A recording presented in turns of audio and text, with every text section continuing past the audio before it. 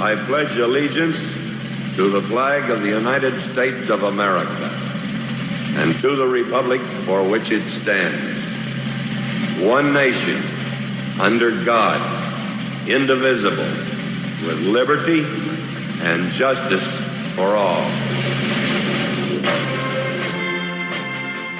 Welcome to the Vietnam Veterans News Podcast. News of interest about Vietnam veterans from a Vietnam veteran. Now, here's your host, Mac Payne.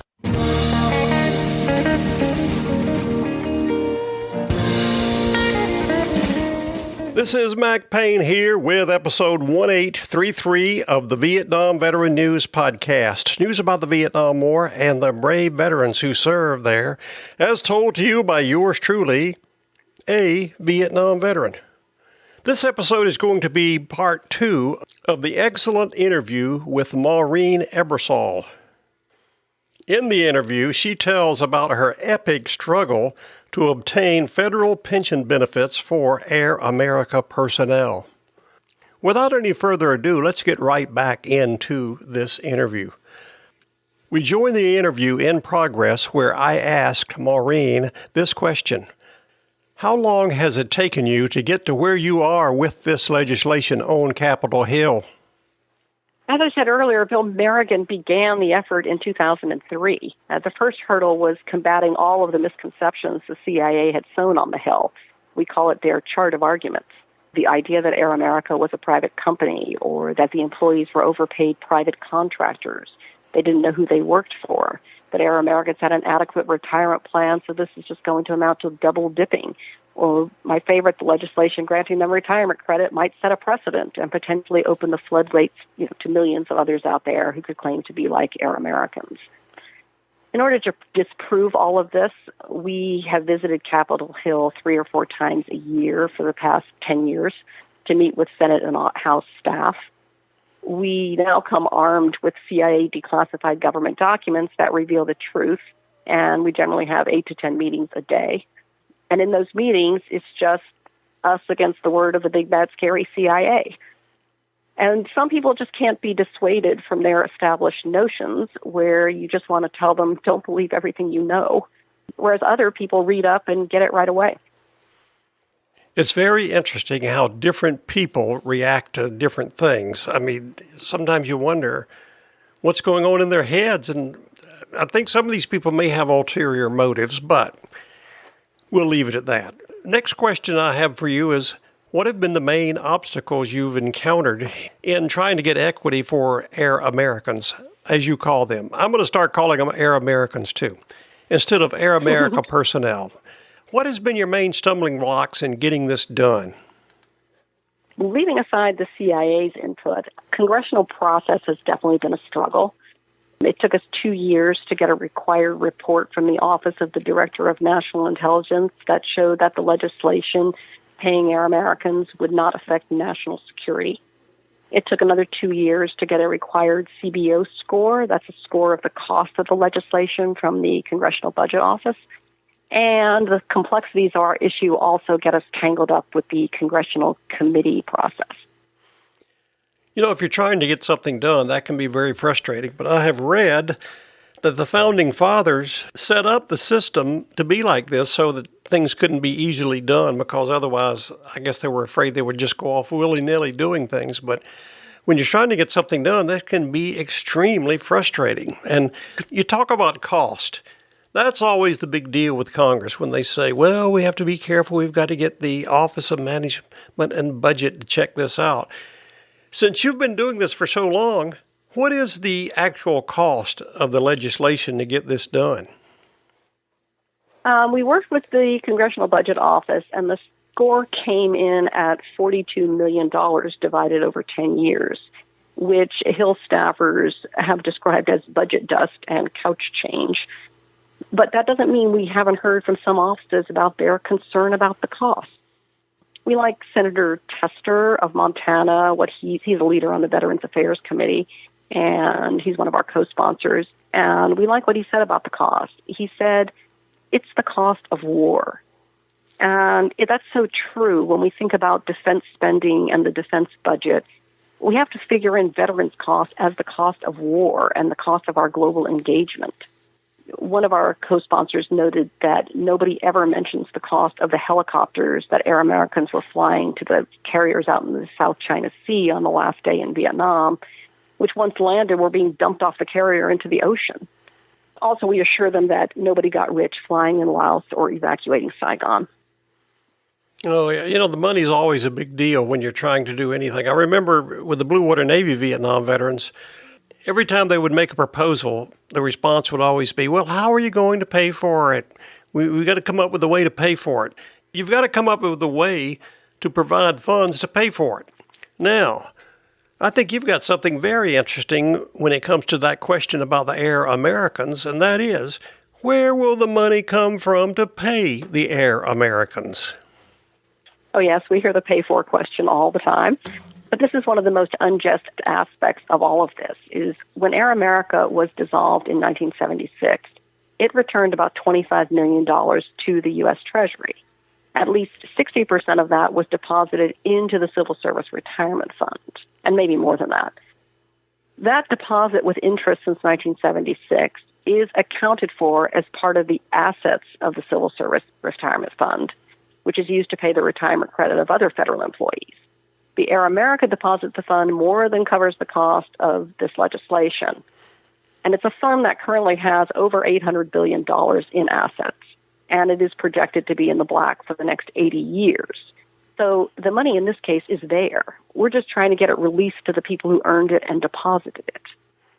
Also, we did discover in our research that the U.S. government secretly provided close to $5 million to the government of Taiwan back in 1976 when the Taiwan president wouldn't allow Air America to sell its assets in Taiwan without first depositing that $5 million to fund the retirement benefits of long-term Taiwanese employees.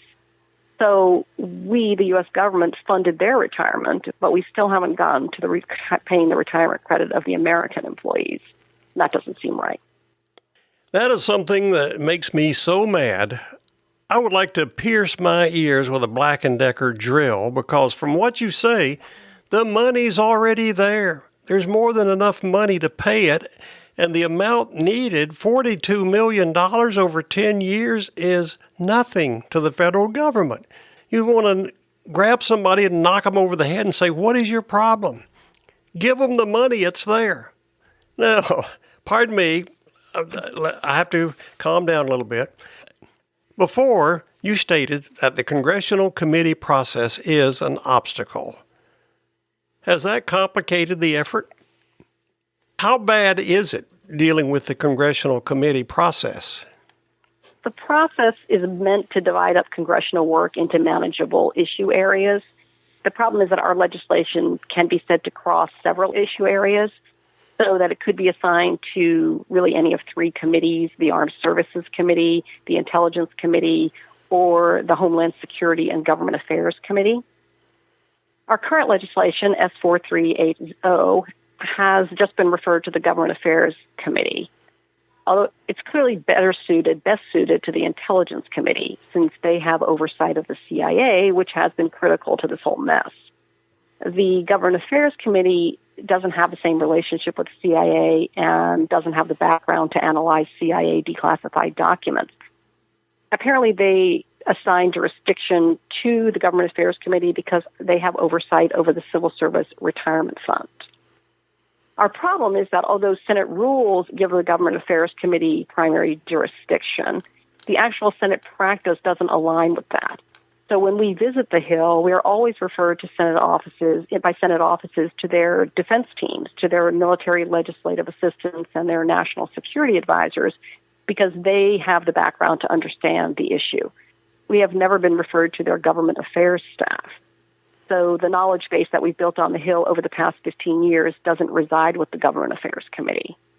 In fact, we've been working very closely with the Intelligence Committee staff over the past 3 years, which is why our current legislation is being introduced by the Republican chairman of the Intelligence Committee, Marco Rubio, together with the Democratic Vice Chairman, Mark Warner. I want to give a shout-out also to the Intelligence Committee staffers who work for Senator Rubio and Senator Warner, and those who work for Senators Cornyn, Cotton, and Feinstein. They have been truly open and dedicated to the pursuit of the truth here, and truly, truly bipartisan. I hate to say this, but what you've just said sort of scares me and makes me wonder, how do they get anything done in D.C. when it's such a complicated process? We just have to hope for the best. But I'm glad to hear that there are some people up there who are good to work with. Thank goodness. Now that you've told me all this and got me all depressed about this situation, I'm not depressed, it just sounds like that, but what happens next with your legislation in the Government Affairs Committee? Right now, one of our big challenges is to ensure that the legislation doesn't die in committee, as they say, meaning that the Government Affairs Committee takes jurisdiction over the legislation, but then just ignores it. Procedurally, at this point, the legislation has to be voted out of the Government Affairs Committee in order to continue moving forward. So that's where we're focused right now with Senators Rubio and Warner. And it's important that the Government Affairs Committee staff consult with the Intelligence Committee staff on this, and they have begun to do that. Hearing this makes me concerned about when you have to do all these things, there's all sorts of opportunities for people to do things they ought not to do. I'd say a couple of things. I think the most frustrating thing for me is realizing how many people we've talked to, written to, argued with, and persuaded about this issue who are earning federal retirement credit as we speak with them. It's particularly frustrating when some of those people bring up the costs, because by objecting to paying Air Americans out of the Civil Service Retirement Fund, they are effectively ensuring that the money that Air America deposited into that fund is being hoarded for future federal retirees, like, say, themselves. And that just doesn't seem right. Also, the other thing that's really bothersome is there are a lot of congressional offices that display the black and white MIA flag at their doors. Air America still has employees officially listed as MIA. We were fortunate to have the remains of 2 of our pilots located in Laos about a year and a half ago. But I think those who display that flag ought to co-sponsor our legislation. It really costs them nothing to add their name, and I think it's really the least they can do if they're going to fly that flag. Oh, that last point you mentioned about the MIA flag, that really takes the cake for those people to sit up there so high and mighty thinking, oh, we're so good, and yet they're just trampling on people. It drives me crazy. That's why I stay down here in Lake Placid away from all that stuff. Now, something else that to me is very impressive. You've been going through this for 10 years and you still have your sanity. It sounds like you still have your sanity, so I've got to take my hat off to you and for the work that you and your sisters are doing. So I just encourage you to keep it up. Now, with all this time you've been working on this in Congress, for going up to Capitol Hill all these times, tell me, what have you learned about Congress? That's a very good question. Pardon me if I laugh when I ask that question. Well, let's see. We've learned first that you never know who you're going to be meeting. Sometimes it's a senator or the congressman. Sometimes it's the lowest level staff person they have. One thing we've learned, but I think our mother taught us a long time ago, is don't judge a book by its cover. Also, one thing that I think most people don't realize, and it's because of what we hear in the media, but the Hill is not as partisan as we're made to think. They actually have the ability to get along quite well with one another. And another thing is a lot of them do work very, very hard.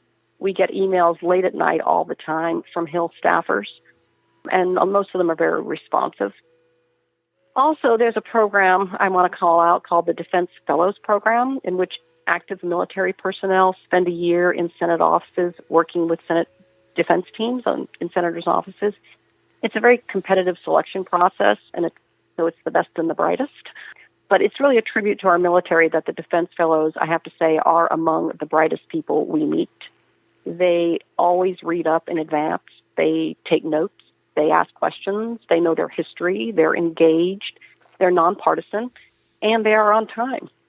So that's my shout out to the Defense Fellows on the Hill. Wow. That is a wonderful message. As Paul Harvey would say, you can wash your ears out with that. That's good to hear. You hear a lot about how they don't get together, but you should know better than anyone, because you spend a lot of time up there, that it actually does work sometimes. That's good to hear. I hear you talk about all these things you've done and going through those millions of documents and spending time up on the Hill and talking to all these people and trying to overcome all those objections and trying to remember what Winston Churchill once said about these challenges you face. Never, never, never, never give up. And it sounds like you're taking that to heart. Tell me, what keeps you and your sisters going with this effort? Good question. It's definitely a David and Goliath struggle. We call it good day, bad day, good day on the Hill. We did have the Winston Churchill quote for a while, but then early on we saw a quote, I think from Nelson Mandela, which was posted on this little board in a little small garden between the House and the Senate offices, and it said, "Everything is impossible until somebody does it." So we adopted that as our motto. And also sometimes we just think about what it was like for these guys in Vietnam and Laos. And we remind ourselves, soldier on, girls, we're not exactly flying helicopters through enemy fire. That is so good. I love that Mandela quote. Everything is impossible until somebody does it. I'm sure you've run into this many times. People will say you can't do it. It's never been done.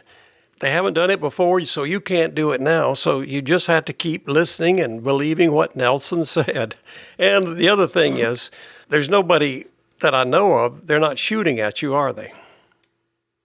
Not so far. Now, after all this, with all your experience and time spent on it, tell me the truth. Do you think this legislation will ever pass, especially this year? We can't promise that it will be done by the end of the year, but Senator Rubio is pushing really hard, and we do have what on Capitol Hill they refer to as traction at this point. If it doesn't go through as a standalone bill through the Senate and the House both, there are other legislative vehicles, as they say, bills, that Senator Rubio could attach it to if he sees enough co-sponsorship support. As far as going on, with the support we have so far, it only makes sense for us to keep pushing and pushing and pushing until the legislation is passed and never, never, never give up. The thing that keeps bugging me is this. I don't know about all the ins and outs of getting things passed up there in Washington. What kills me is the money is there. It won't cost the government anything. Why can't they just go ahead and do it? It's something that needs to be done, and I don't care if people get their feelings hurt or if some CIA person is against it. This is the right thing to do, and the funds are there to do it. That's the way I feel about it. Why don't you tell everybody out there that's listening to this, how can you help to get this done? People can call their congressional representatives and their senators to ask them to co-sponsor S4380, called the Air America Act of 2020.